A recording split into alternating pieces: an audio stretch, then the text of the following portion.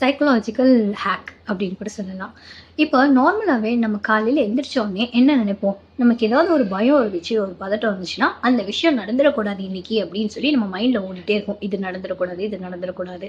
ஒரு எக்ஸாம்பிளுக்கு சொல்லணும் அப்படின்னா, ஆஃபீஸில் ஏதோ ஒரு ப்ராப்ளமில் இருக்கீங்க, இல்லை ஆஃபீஸில் ஏதோ ஒரு சிக்கல் இருக்குது அப்படின்னா, இன்னைக்கு அந்த விஷயத்தில் நம்ம மாட்டிக்கக்கூடாது அப்படின்ற ஒரு தாட் ஓடிட்டே இருக்கும். அப்போது இந்த மாதிரி தாட் ஓடும்போது என்ன ஆகும்னா, நம்மளோட பிரெயின் எப்படி ஒரு பவர்ஃபுல்லானதுன்னா, நம்ம என்ன நினைக்கிறோமோ அதுக்கேற்ற மாதிரியான பிஹேவியர் தான் கொடுக்கும்.